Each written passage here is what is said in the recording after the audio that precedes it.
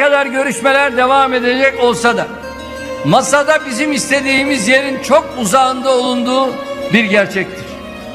Türkiye İdlib konusunda kendi harekat planlarını uygulamak üzere her türlü hazırlığını yapmıştır. 20% के बीच में जहां मुस्लिम आबादी है वहां पर सांप्रदायिक झड़पें ज्यादा हैं। जहां पर 20% से लेकर के 35 से 40% तक मुस्लिम आबादी है वहां सांप्रदायिक भीषण दंगे हैं। जहां 35 से 40% से ऊपर मुस्लिम आबादी है।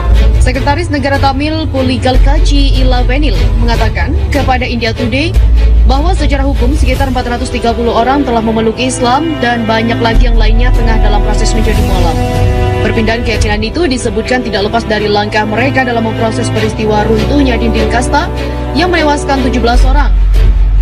Tembok itu roboh di deretan rumah-rumah Dalit di Nadur pada 2 Desember 2019 lalu setelah hujan lebat yang melanda Metupalayam dan daerah sekitarnya. Peristiwa ini menjadi titik puncak banyak Dalit di wilayah itu yang mengklaim mereka telah didiskriminasi. Ilavenil sendiri telah masuk Islam. Ia mengatakan mereka memutuskan untuk meninggalkan Hindu sesuai dengan apa yang dikatakan Ambedkar. Menurutnya, ia harus kehilangan identitasnya dan menyingkirkan pernyataan kasta seperti Palar, Parayar, Sagriyar. Dia dapat hidup dengan harga diri hanya ketika dia melepaskan identitas berbasis pemeran ini saat mengikuti Hindu karena kasta mereka, bahkan mereka tidak diperlakukan seperti manusia. Demikian dikatakan Ilavenil dilansir di India News. Sementara itu, di daerah-daerah seperti Coimbatore, di mana masuk Islam secara massal ini sedang berlangsung, ada beberapa kasus diskriminasi yang dilaporkan mulai dari masuk ke kuil-kuil hingga diskriminasi di tanah pemakaman.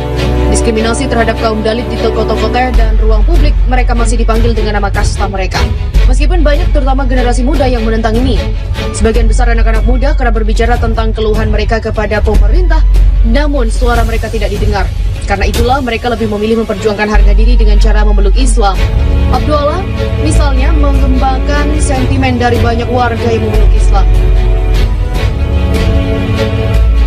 Ketika mereka akan memanggil orang Hindu tetapi membeda-bedakan dengan kasta.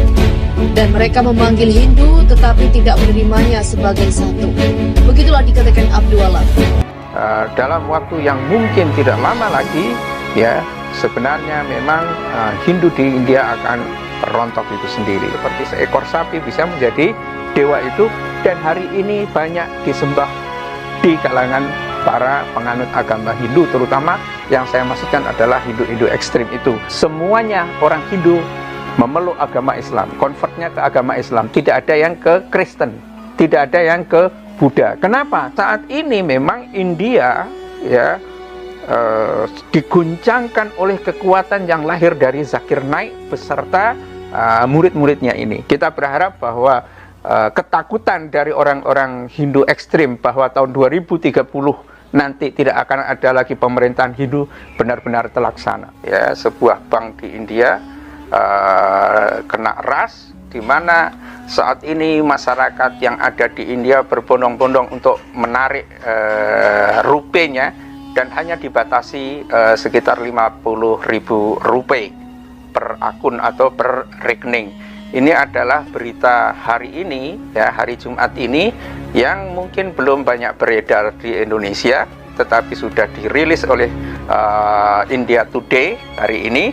Dan ini adalah satu fenomena bahwa seperti yang kita duga tempo hari, bahwa memang ekonomi India ini terkapar, ya, karena overestimate-nya dan overconfident-nya pemerintahan yang dimiliki oleh Modi untuk menyiapkan infrastruktur yang tinggi, ya, dan pada gilirannya memang cash yang ada di negara itu kemungkinan mengalami default, ya.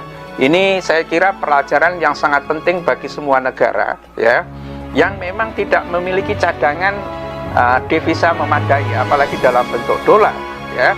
Sekarang India sudah mengalami ras, ya, karena memang kelangkaan dari keuangan itu, ya, sebagian dipakai untuk melakukan pembangunan infrastruktur untuk menangkap kemungkinan proyek-proyek baru, karena kita tahu bahwa di masa periode pertama Narendra Modi yang memimpin BJP ini, memang pertumbuhan ekonomi India itu mencapai 8% itu. Akan tetapi, dan itulah yang membuat kenapa saat ini Narendra Modi dalam pemilihan yang kedua itu mendapatkan kepercayaan publik yang lebih luas itu. Dan itu membuat Narendra Modi mengalami overconfident, sehingga menerapkan kebijakan-kebijakan baru yang lebih strict terhadap umat Islam. Jadi ketika Modi sudah mendapatkan kepercayaan publik cukup luas, kemudian juga tidak butuh lagi oposisi, ya, mereka dengan semena-mena mencoba untuk mendiskreditkan umat Islam dengan meloloskan apa yang disebut dengan Citizenship Amendment Act itu, ya, melalui parlemen, ya, karena mayoritas yang cukup besar di BJP, dan sudah diketuk oleh Mahkamah Agung mereka itu.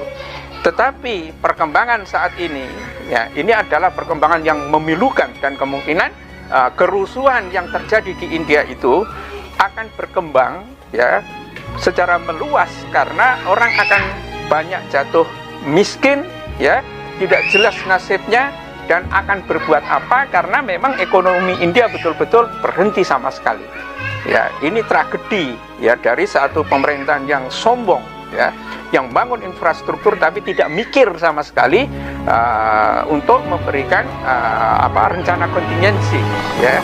Apalagi saat ini India juga sudah mulai terkena oleh wabah yang mematikan itu. Betul-betul ini adalah tragedi, ya, dan kemungkinan konflik ini, ya, bukan hanya antara Hindu ekstrim ini dengan Islam, tetapi India juga akan menjadi pemerintahan BJP juga akan menjadi tumpahan kemarahan dari partai oposisi itu, ya. Partai oposisi seperti Kongres yang cukup erat hubungannya dengan dengan umat Islam mengecam Narendra Modi karena pemerintahan Modi ini justru menambah masalah baru yang sesungguhnya tidak perlu bagi India itu sendiri, ya. Dengan adanya undang-undang seperti itu sebetulnya adalah memecah keutuhan dan soliditas sosial yang ada di India, ya, dan itu membuat semua orang atau para investor itu akan enggan untuk masuk ke India. Nah, hari ini sudah diumumkan, atau bahkan hari Kamis kemarin sudah mulai terjadi ras, dan hari ini sudah dinyatakan bahwa terjadi krisis keuangan yang ada di India. Maka ini adalah bencana yang mematikan bagi Hindu-Hindu ekstrim itu. Kita berharap bahwa ketakutan dari orang-orang Hindu ekstrim bahwa tahun 2030 nanti tidak akan ada lagi pemerintahan Hindu benar-benar terlaksana. Billahi taufiq wal hidayah. Assalamualaikum warahmatullahi wabarakatuh.